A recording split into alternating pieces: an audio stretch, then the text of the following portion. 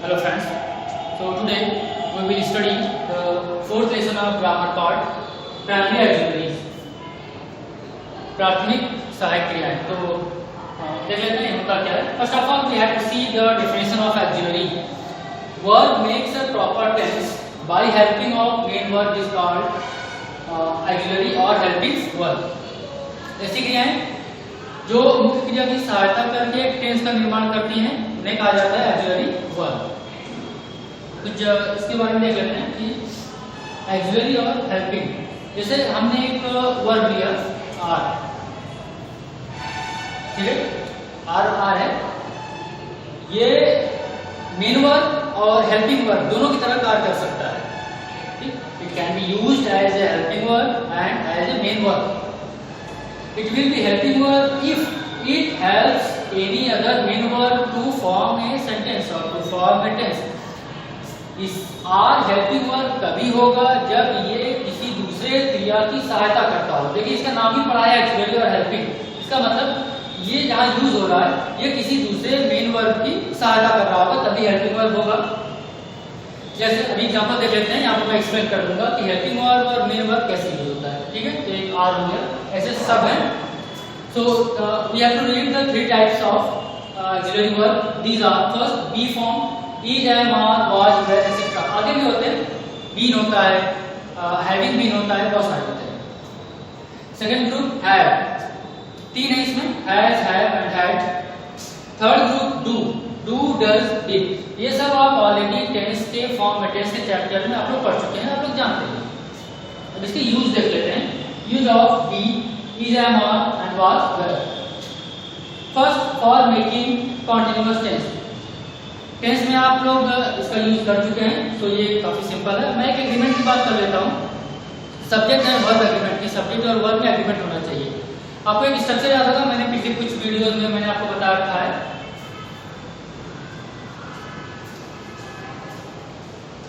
Yes yes PP, ठीक है. Please if the subject is singular then we have to use the verb related to singular, and if the subject is in plural form then we have to use the verb in plural form. मतलब अगर subject singular है तो verb भी हमारा singular चाहिए, verb subject अगर plural है तो verb हमारा plural होना चाहिए. इसे बोलते हैं agreement, subject and verb agreement. तो यहाँ पर भी वही रूल फॉलो होता है. जैसे एग्जांपल देखते हैं. मोहन एक किताब पढ़ रहा था. फ्रेंड्स, मैंने हर एक वीडियो में, हर एक क्लासेस में मैंने बार बार बताया है कि इंग्लिश ग्रामर में आपको टेंस को आइडेंटिफाई करना बहुत इंपॉर्टेंट है, सबसे इंपॉर्टेंट है. अगर आपने टेंस सेंटेंस को आइडेंटिफाई कर लिया, वर्ब के टाइप को आइडेंटिफाई कर लिया, तो आपको ट्रांसलेशन में कोई प्रॉब्लम नहीं आने वाली. तो मोहन एक किताब पढ़ रहा था. हिंदी में टेंस को पहचानने का सबसे आसान तरीका है, लास्ट में देखते हैं हम लोग क्रिया. तो रहा था, रही थी, आया है, so it belongs to past continuous tense. इसमें या तो वाज या तो वर्ड लगेगा. अब दोनों में से कौन सा लगेगा? यहाँ पर आपको एग्रीमेंट आती है. आप इसको सब्जेक्ट को आइडेंटिफाई करेंगे. इसका सब्जेक्ट है मोहन, सिंगुलर है तो सिंगुलर के साथ हम वाज यूज करते हैं. इसका ट्रांसलेशन हो जाएगा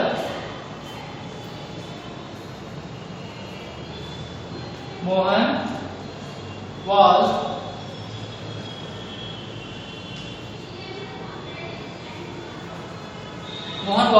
रीडिंग ए बुक. इसका ट्रांसलेशन होगा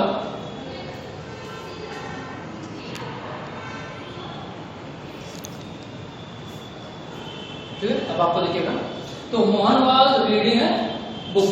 ठीक, तो सब्जेक्ट सिंगुलर है और वर्ब भी हमको सिंगुलर ही लेना है. हम ऑक्सिलरी वर्ब की बात कर रहे हैं. आप देख लेते हैं ये ऑक्सिलरी कैसे.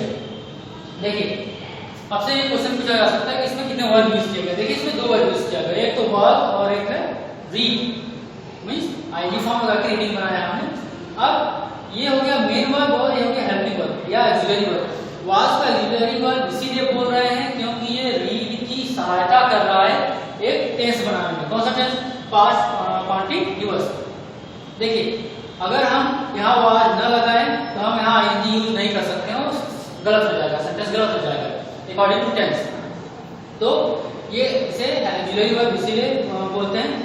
was is an auxiliary verb because it helps to make a proper sentence by helping the main verb. Definition में हमने अभी यही देखा था. तो मेन वर्ब रीड की हेल्प कर रहा है ये इसीलिए इसको बोलते हैं ऑक्सिलरी वर्ब या हेल्पिंग वर्ब। अच्छा, मैंने कहा था कि मेन वर्ब की तरह भी कभी कभी यूज होता है, जिसे आप लिंकिंग वर्ब कह सकते हैं। इसको देखिए,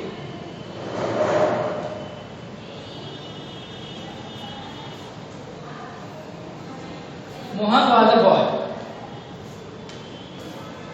मोहन वाज अ बॉय। अब इसमें केवल एक वर्ब यूज किया गया वाज। अब इसको हम क्या करेंगे, इसको हेल्पिंग वर्ब हम नहीं कर सकते क्योंकि ये किसी और वर्ब की सहायता नहीं कर रहा है, इसमें कोई दूसरा काम नहीं हो रहा है। ये सिर्फ इसके बारे में, मोहन के बारे में बता रहा है कि वो एक लड़का है। आपने वर्ब के वीडियो में आपने पढ़ा होगा, मैंने बताया था कि इसे बोलते हैं लिंकिंग वर्ब। ठीक, यहाँ ये लिंकिंग वर्ब का यूज हो रहा है। तो हेल्पिंग वर्ब का ऑक्सिलरी वर्ब तभी होगा जब ये किसी दूसरे मेन वर्ब की सहायता कर रहा हो। नेक्स्ट एग्जांपल, वह एक गीत गा रही है। गा रही है, अब यहाँ पर प्रेजेंट कंटीन्यूअस सिंपली, तो सी इज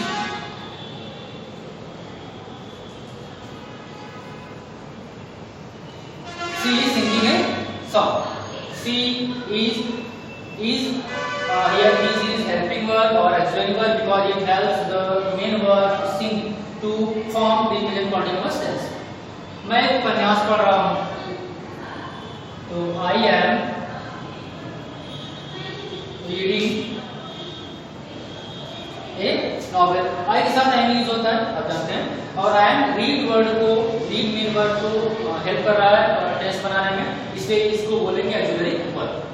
अब दूसरा करते हैं, फॉर मेकिंग पैसिव वॉइस। ये था एक्टिव वॉइस और ये पैसिव वॉइस। एक्टिव और पैसिव को पहचानते कैसे, ये भी बहुत इंपॉर्टेंट होता है। ये मैं जब वॉइस पढ़ाऊंगा पैसिव, उसमें मैं आपको एक्सप्लेन कर दूंगा। आप देखते ही बता देंगे कि बता सकते हैं कि ये एक्टिव फॉर्म में है कि पैसिव फॉर्म में है। और एग्जाम में जो हमारा ट्रांसलेशन आता है उसमें ये आइडेंटिफाई करना बहुत इंपॉर्टेंट होता है। एग्जाम में पैसिव आता है, आपको ऐसे एग्जाम में देगा नहीं, आप कब पढ़ रहे हैं तो ऐसे आपको एग्जाम में नहीं देगा, आपको पैसेज देगा। पैसेज में टेंस सेंटेंस एक्टिव में है, पैसिव में है, किस फॉर्म में है, वो पता करना इंपॉर्टेंट होता है। ठीक है, इसको देख लेते हैं। फॉर मेकिंग पैसिव वॉइस, मेरे द्वारा एक पत्र लिखा जाता है। ठीक है, ये पैसिव फॉर्म में है। अब इसको चेंज करेंगे, ये हो जाएगा a letter is written, a letter is written by me। ठीक है, यहाँ भी देखिए किस यूज हुआ है, यहाँ भी किस यूज हुआ है। दोनों जगह यह ऑक्सिलरी वर्ब है, हेल्पिंग वर्ब की तरह दोनों जगह काम कर रहा है। और यहाँ एक वर्ब है सिंग, यहाँ एक वर्ब है राइट। राइट को फॉर्म चेंज हो गया। अब यहाँ पर क्वेश्चन आता है कि यहाँ पर आई यूज किया था किसके साथ, यहाँ पर हमने मेन वर्ब की थर्ड फॉर्म यूज किया है किसके साथ। तो यही है पैसिव और एक्टिव को पहचानने का तरीका। ये टेंस के जो प्रॉपर रूल को फॉलो करते हैं वो एक्टिव टेंस होते हैं, एक्टिव फॉर्म में होते हैं। लेकिन जब उसे बदल दिया जाता है, मींस सब्जेक्ट को ऑब्जेक्ट, ऑब्जेक्ट का सब्जेक्ट हो जाता है, तो वो फॉलो करता है पैसिव फॉर्म को। और आपने 9th में पढ़ा होगा एक्टिव पैसिव, उसमें मेन वर्ब की थर्ड फॉर्म यूज की जाती है हमेशा, helping verb plus main verb की थर्ड फॉर्म। तो helping verb plus main verb की थर्ड फॉर्म, हमें ये समझना था कि हेल्पिंग वर्ब क्यों है। हेल्पिंग वर्ब इसलिए है क्योंकि ये दूसरे मेन वर्ब की सहायता कर रहा है ताकि हम एक प्रॉपर टेंस बना सकें। राम द्वारा मारा गया था, ये गया था आया हुआ है, जाता है, रहा है, ये सारी चीजें मैं आपको जब पैसिव पढ़ाऊंगा उसमें बताऊंगा कि एक कंफ्यूजन होता है कि टेंस, हमारा सेंटेंस किस टेंस में है, जब पैसिव बनाएंगे तो किस टेंस में जाएगा, कैसे पहचानेंगे, वो सब बहुत इजी हो जाएगा जब उस चैप्टर को मैं डिस्कस करूंगा। तो राम द्वारा मारा गया था, इसका हो जाएगा Rama was killed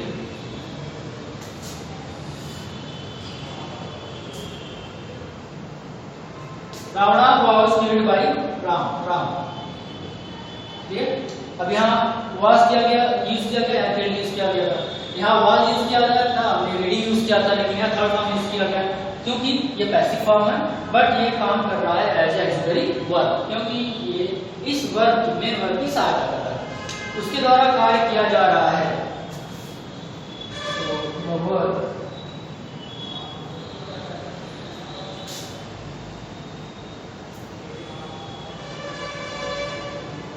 the work is being done by him और her. The work is being done by him और हर। तो अब यहाँ इज बीइंग आ गया कि पूरा ये हेल्पिंग वर्ब की तरह काम कर रहा है और यहाँ मेन वर्ब की थर्ड फॉर्म। तो ये था आपका पैसिव फॉर्म और ये बी फॉर्म का था। अब इसके बाद देखते हैं सेकंड जो आपका है है और है।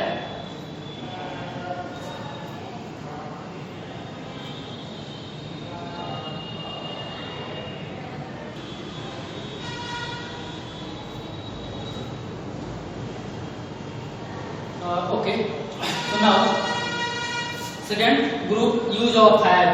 There are three words in it: has, have, and have. For making perfect tense, यहाँ perfect tense यूज किया गया तो प्रेजेंट परफेक्ट, पास्ट परफेक्ट में मेनली ये यूज होता है।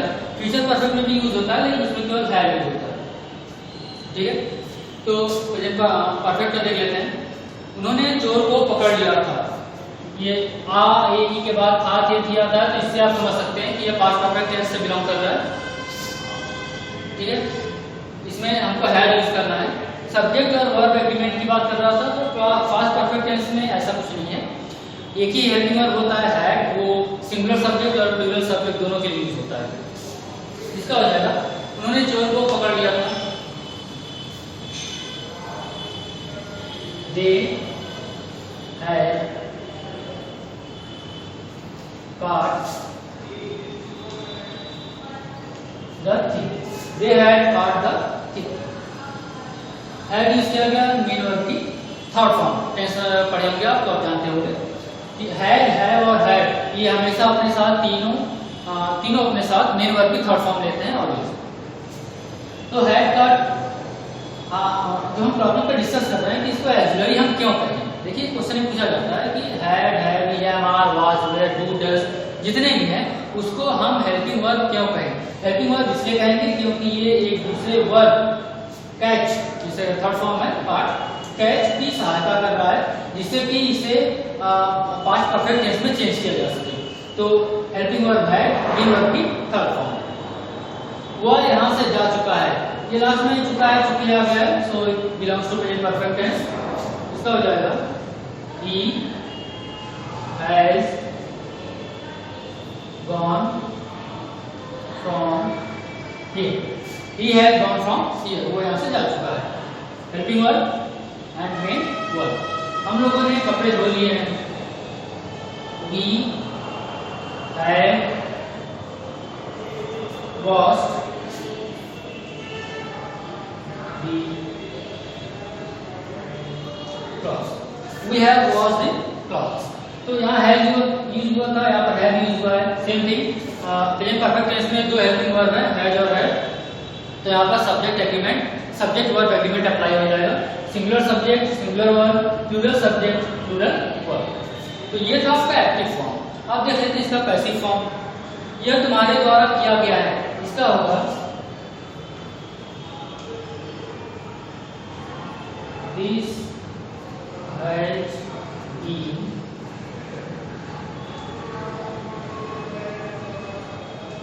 This has been done by you. ठीक है, ये पैसिव फॉर्म में है। चोर उसके द्वारा पकड़ लिया गया था, इसका हो जाएगा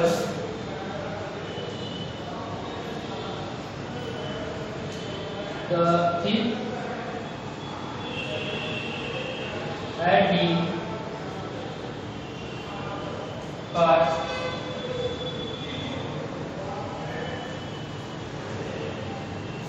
by him or her. The thief had been caught by him or her. यहाँ पर had been यूज किया गया, यहाँ has been यूज किया गया पैसिव फॉर्म बनाने के लिए। कंफ्यूजन तब होता है कि यहाँ भी या ये आया हुआ है, यहाँ भी या ये आया हुआ है, तो हमने यहाँ पर हैव यूज किया, यहाँ पर हमने हैड बीन यूज कर लिया। तो इस कंफ्यूजन को समझने के लिए हमें ये देखना होगा कि हमारा सेंटेंस एक्टिव में है या पैसिव में है। तो इससे हमें पता चल जाता है, बहुत इजी हो जाता है कि हमें यूज क्या करना है। ठीक है, मैं एक एग्जांपल दे देता हूँ। जैसे इसको देखिए, चोर उसके द्वारा पकड़ लिया गया था। यहाँ सब्जेक्ट को इंपॉर्टेंस नहीं दिया जा रहा है, यहाँ ऑब्जेक्ट को इंपॉर्टेंस दिया जा रहा है, मतलब चोर। ठीक है, काम तो उसके द्वारा किया गया है लेकिन इंपॉर्टेंस ऑब्जेक्ट को दिया जा रहा है चोर, इसी से हम पता करते हैं कि ये जो सेंटेंस है ये पैसिव फॉर्म है। यहाँ देखिए उन्होंने चोर को पकड़ लिया था, अब यहाँ पर सब्जेक्ट को इम्पोर्टेंस दिया जा रहा है न कि ऑब्जेक्ट को। इससे पता करते हैं कि ये जो सेंटेंस है वो एक्टिव फॉर्म है। ठीक है, तो ये हो गया आपका हैज, हैव और हैड। इसका और भी यूज है, जैसे मैंने कहा मेरे पास एक पेन है, मेरे पास एक पेन है।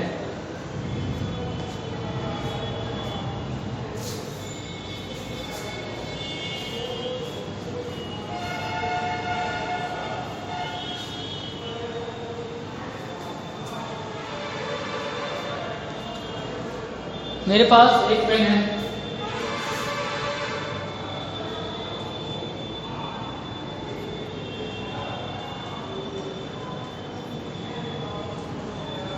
तो हम इसको बोलते हैं I have a pen, I have pen. इस तरह के सेंटेंस भी आ जाते हैं सामने। तो यहाँ पर जो है आप इसको गलती से भी हेल्पिंग वर्ब नहीं करेंगे कि हेल्पिंग वर्ब, ठीक है, ये हेल्पिंग वर्ब नहीं है। यहाँ पर हैव का जो मतलब होता है वो पास या बिलोंग्स, मतलब या फिर मेरी है, मेरे पास है, ठीक है। तो यहाँ हैव का मतलब पास हो जाता है। तो ये था आपका हैज है। अब देखते हैं यूज ऑफ डू और डज एंड डिड।